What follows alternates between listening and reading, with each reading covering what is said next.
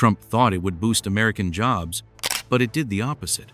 After pushing a massive 50% tariff on aluminum imports, the plan took a wild turn. Instead of helping, factories started shutting down, and more than 100,000 U.S. workers lost their jobs.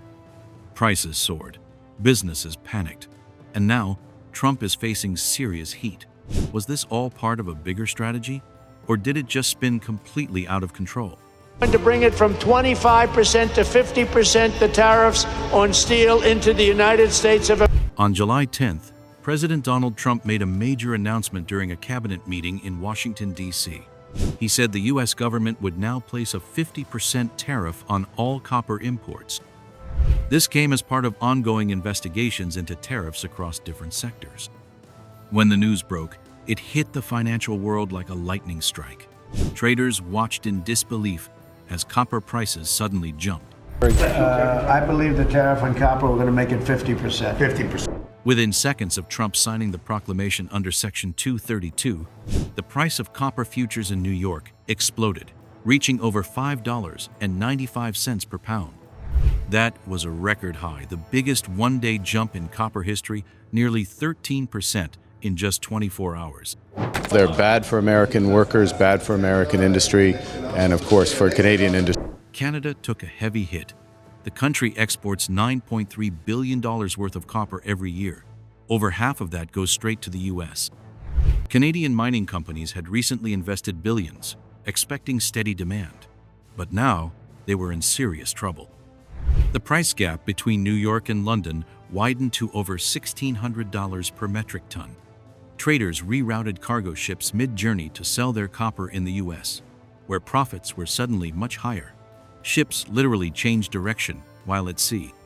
Jonathan Price, the CEO of Teck Resources Canada's biggest copper company, didn't hold back. He said, "This is economic madness." As well. The company has notified 74 of our members. Copper is critical for electric vehicles. Each electric car needs about 80 kilograms of it. Because of the tariff, car manufacturers had to pay around $220 more just for the copper in one vehicle. Companies like Ford sent emergency notices to their suppliers. Prices would rise starting in August. It didn't stop with cars. High-voltage power lines also need huge amounts of copper, about 5 tons per mile. Utility companies started planning emergency rate hikes to cover the cost. It has to be a deal that works for Canadians and Canadian workers. And part of the reason why we don't have a deal is that deal is not yet. Canada's Prime Minister, Mark Carney, responded quickly. Speaking in Parliament, he said, "Canada will not be bullied into submission. We have options, we have allies, and we will protect our workers." Behind closed doors, Canada launched something called Operation Eastern Pivot. Officials started reaching out to buyers in Asia. They flew to countries like Peru and Chile to lock in deals.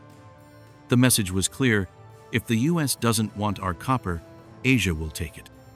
Meanwhile, the Toronto stock market dropped sharply, especially in the materials sector. But across the border, U.S. copper companies like Freeport-McMoRan saw their stock prices rise. Still, the celebration didn't last. Experts at UBS said that if this price difference continued for just a few months, U.S. manufacturers could end up paying more than $4.2 billion in a single quarter. That could shrink GDP growth by 0.5%. Here's the core problem. America still depends on copper from overseas. In 2024, the U.S. imported over 810,000 metric tons of it. Domestic production simply isn't enough. Restarting old smelting facilities would take years and billions of dollars.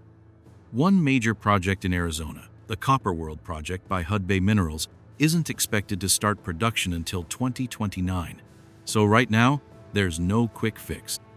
People felt the pain almost immediately. Car prices shot up.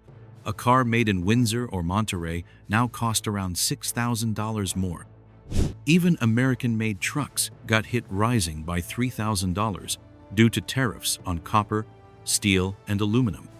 Buying a house? That got harder too. The cost of building a new home jumped between $17,000 and $22,000. Copper was at the center of it all.